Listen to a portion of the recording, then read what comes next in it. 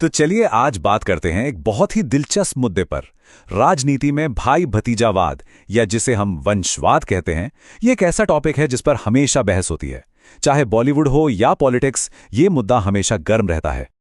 पर सवाल ये उठता है कि क्या ये जो लड़ाई है, क्या ये वाकई सबके लिए बराबर है? हाल ही में एक ऐसी घटना हुई है जो इस पूरे मुद्दे को एक नए एंगल से हमारे सामने रखती है। और ये कहानी पता है कहां से शुरू होती है? क्रिकेट की दुनिया से, जिसका कनेक्शन सीधे सीधे राजनीति से है। मामला है मध्य प्रदेश क्रिकेट एसोसिएशन यानी एमपीसीए का। तो हुआ ये है कि महान आर्यमन सिंधिया सिर्फ 29 साल की उम्र में एमपीसीए के प्रेसिडेंट बन गए हैं।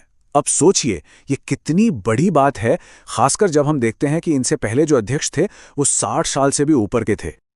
और यहीं पर एक बहुत ही दिलचस्प फैमिली पैटर्न नजर आता है। महान आर्योमन सिंधिया परिवार की तीसरी पीढ़ी है जो इस पद पर आए हैं। उनसे पहले उनके पिता ज्योतिरादित्य सिंधिया और उनसे भी पहले उनके दादा माधवराव सिंधिया दोनों ही एमपीसीए के अध्यक्ष रह चुके हैं।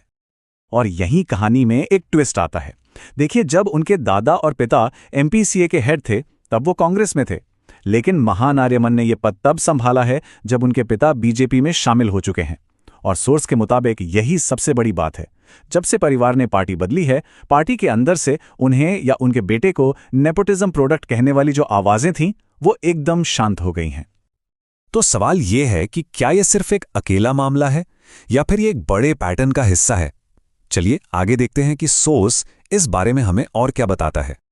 सोर्स के हिसाब से ये पैटर्न सिर्फ सिंधिया परिवार तक ही नहीं है। जैसे हमारे कॉमर्स मिनिस्टर पीयूष गोयल, वो पूर्व मंत्री वेद प्रकाश गोयल के बेटे हैं। इसी तरह अनुराग ठाकुर, जो पहले केंद्रीय मंत्री थे, वो हिमाचल के 2 बार के सीएम प्रेम कुमार धूमल के बेटे हैं। और जय शाह, जो बीसीसीआई के सेक्रेटरी रह चुके हैं, वो गृह मंत्री अमित शाह के बेटे हैं।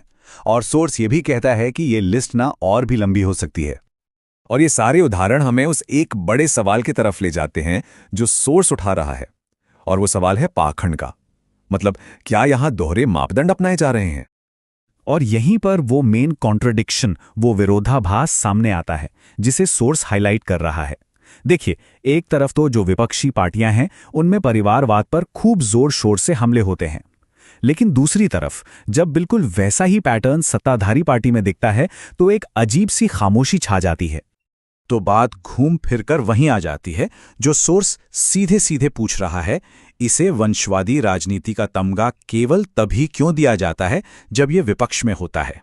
मतलब, ये सवाल बहुत पावरफुल है और सीधा पॉइंट पर है। लेकिन ये जो पूरा विश्लेषण है, ये सिर्फ उंगली उठाने के लिए नहीं है।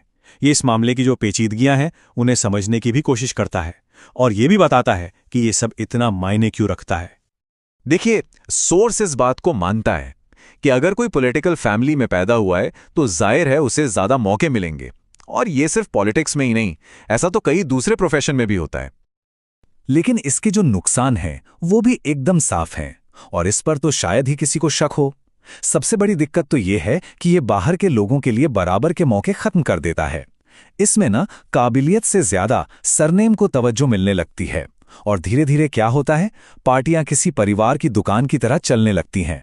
और सोर्स के मुताबिक ये नुकसान किसी भी पार्टी के लिए, किसी भी लोकतंत्र के लिए बहुत हानिकारक है। तो आखिर में हम उसी एक सवाल पर वापस आ जाते हैं जो सोर्स ने उठाया है कि अगर परिवारवाद वाकई में एक समस्या है तो इसके खिलाफ हमारा जो स्टैंड है, हमारी जो आवाज है, वो सिलेक्टिव क्यों है? मतलब, हम इसे सिर्फ एक तरफ क्यों देखते हैं, दूसरी तरफ क्यों नहीं? ये एक ऐसा सवाल है जो सच में सोचने पर मजबूर करता है।